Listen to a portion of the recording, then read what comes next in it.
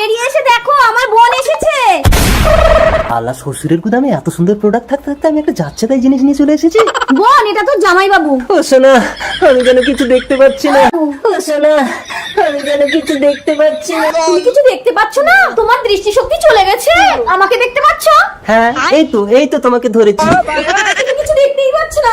এবং তুই কিছু মনে করিস না, আসলে তো জামাই বাবু চোখে দেখতে পাচ্ছে না। ওগো, তুমি যখন এই পৃথিবীর আলো দেখতে পাচ্ছ না, আজ থেকে আমিও এই পৃথিবীর আলো দেখবো না। সারা জীবন চোখ বেঁধে রেখে তোমার কষ্ট অনুভব করব। জামাই বাবু, দিদি মনে হয় আমিই অপয়া। আজ থেকে তোর সব কাজ আমিই করে দেব। আরে শালি, তোমার দিদির কাজ সব ঘরের ভেতরে। কই গো, কই গেলে?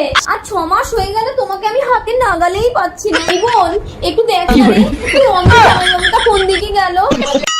এই বোন, তুই পেট এত ফোলা কেন রে? এরপর কি হলো সেইটা দেখার আগে এই দুইটা ছবির ভিতর থেকে যে কোনো একটা ছবিকে ভালোবাসে থাকলে ভিডিওতে লাইক করে চ্যানেলটি সাবস্ক্রাইব করে দাও। আর যদি না করো তাহলে আমি বুঝবো তোমরা ছবি দুইটাকে ভালোবাসো না। আর কমেন্টে লিখে যাও আমিন। আমি কি জানি জামাই বাবু তো বেলুনে হাওয়া দিয়েছে। আমি তো চোখে দেখি না কোনটা তোমার বোন, আমি কি করে বুঝবো সোনা?